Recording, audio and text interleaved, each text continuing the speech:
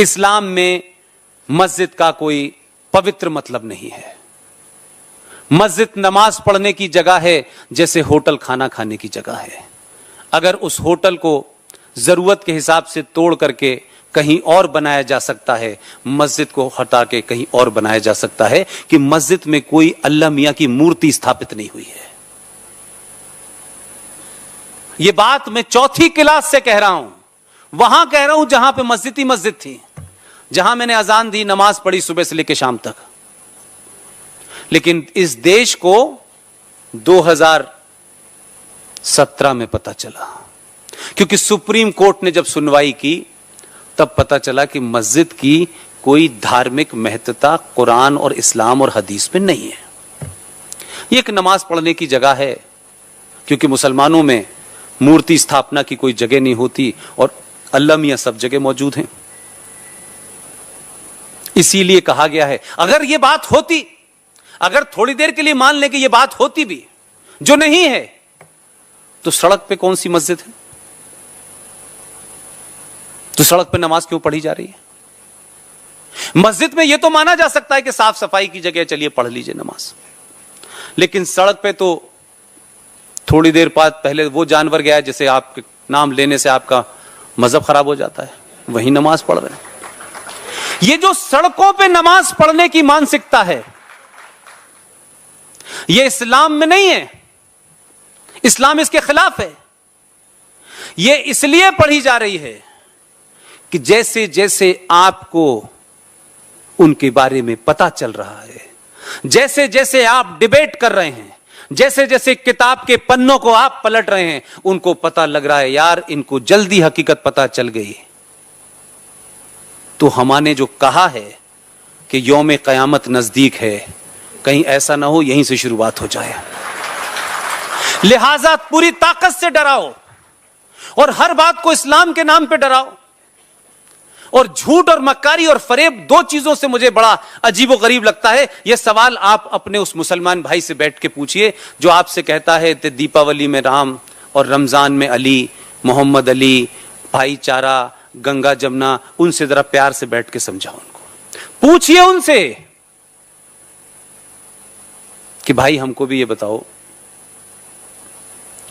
कि फरमाया गया है कि नमाज वहां पढ़ो जहां किसी को ऑब्जेक्शन न हो। अगर किसी ऐसी जगह नमाज पढ़ते हो और उस नमाज पढ़ने की जगह पे चाहे तुम्हारे मजहब का हो या गैर मजहब का हो, अगर उसको डॉट बराबर भी ऑब्जेक्शन है, तुम्हारी नमाज में कबूल ही नहीं करूंगा। लेकिन भारत के अंदर इस्लाम का जो असली एजेंडा है, जिसे छुपाया गया है, इस्लाम कोई धर्म के नाम से फैलाया जरूर जा रहा हो, कुछ इधर से कुछ उधर से उठा करके जोड़ जरूर लिया गया हो। Islam is not a religion, it is a political ideology, nothing more than that. लेकिन हम पॉलिटिकल आइडियोलॉजी में जीत नहीं सकते, इसलिए उसको धर्म के नाम से डराओ और इतना ज्यादा उसको कॉम्प्लिकेट करके रखो कि सच किसी को पता ना चले।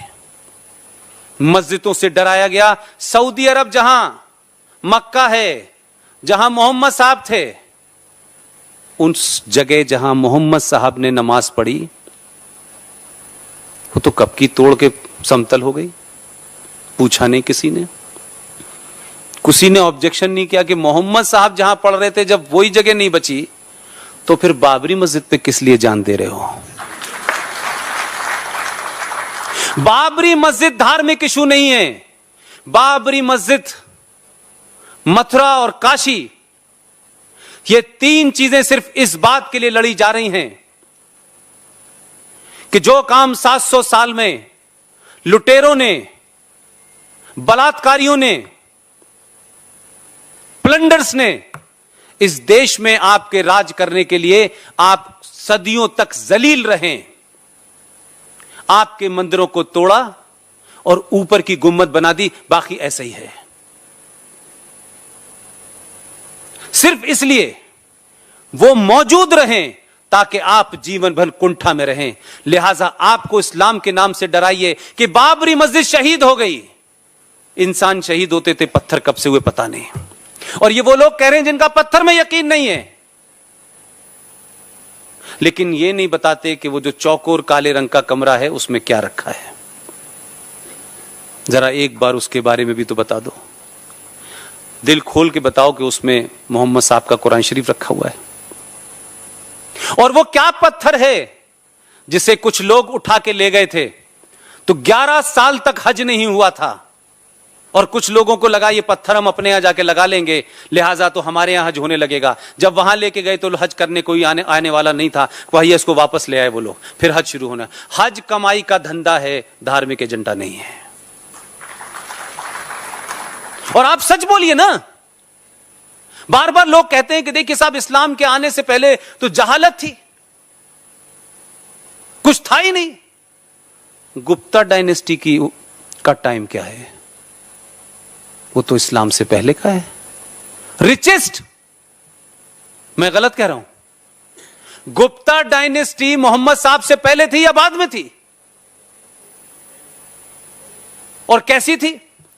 यह बात अलग है कि जहां वो रहे होंगे उस कबीलाई जिंदगी में जहालत होगी, उसमें लोग ऐसी सोचते होंगे जो हो रहा है, उसके अंदर जायज होगा।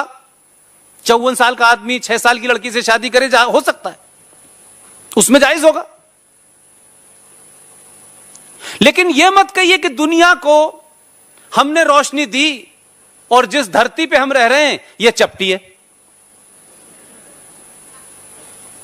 जमीन चपटी नहीं है, तुम्हारी खोपड़ी चपटी है। इसलिए किसी साइंटिफिक बात को भी सच मानने को तैयार नहीं हो। अरे जो साइंस प्रूफ कर चुकी है उसको तो मानो। और हमारा संकट क्या है कि हम अभी तक अपने लोगों को यह नहीं बता पाए कि हम सुबह उठते हैं बिस्तर से और धरती को क्यों नमस्कार करते हैं छू करके, हम सूरज की तरफ हाथ जोड़ते क्यों हैं, हम तुलसी को पानी क्यों देते हैं, हम पीपल को क्यों पूछते हैं, यह हम भी नहीं बता पाए। यह हमारी गलती है। लिहाजा अगर आपके जीवन में जो भी एक्शन है वो कोई आज नहीं बताया गांधी जी ने, आज के ये जो यूरोप से आने वाले साइंटिस्टों ने नहीं बताया। आपके पास सब कुछ था, वो यहां से ले गए, अंग्रेजी में लिख के वापस कर दिया आपको। अब आपसे कह रहे हैं ऑर्गेनिक फूड अच्छे हैं। आपके यहां तो यही होता था, उसके अलावा क्या होता था? तो हम अपनी कमजोरियों को भी समझें। हम ऐसे 700 साल गुलाम नहीं रहे, और हमको हमसे सुपीरियर रेस ने बनाया होता, सिविलाइजेशन ने बनाया होता तो दुख नहीं होता। लेकिन देर से सही, अगर दुनिया कहती है ये सदी आपकी है, तो आपके यहां लोग ऐसे पैदा हो रहे हैं जो ये बता रहे हैं कि ये कुंभ 12 साल बाद क्यों होता है, इसके नहाने से बीमारी नहीं होती बल्कि बीमारी ठीक हो जाती है। क्या इसका साइंटिफिक बैकग्राउंड है? पढ़ लीजिए, सब अवेलेबल है, और आप ही के लोग लिख रहे हैं। आप तो 1000 साल पहले बता देते थे कब कौन सा दिन पड़ेगा, कब कौन सा दिन नहीं होगा।